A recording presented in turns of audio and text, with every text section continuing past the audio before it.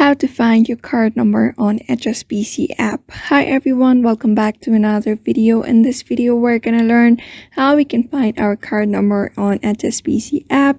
So make sure to watch this video till the end.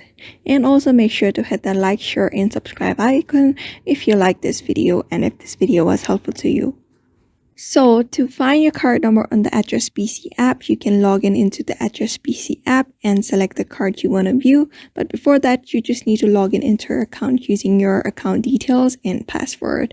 After that, you just need to select the card you want to view, as I said, and then select view more. On the step 4, you just need to select manage card, and on 5 step, you need to select the card details. Or you can also use the HSBC app to activate your credit card. You can find those links in Google easily.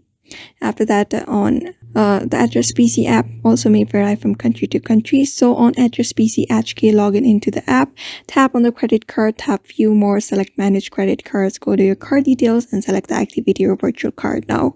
Otherwise, on HSBC Bank USA, select the credit card from the account menu and choose activate card and follow the instructions. You may just use the HSBC app, which is easily available on Google Play Store, in order to go further with the process and find your card number.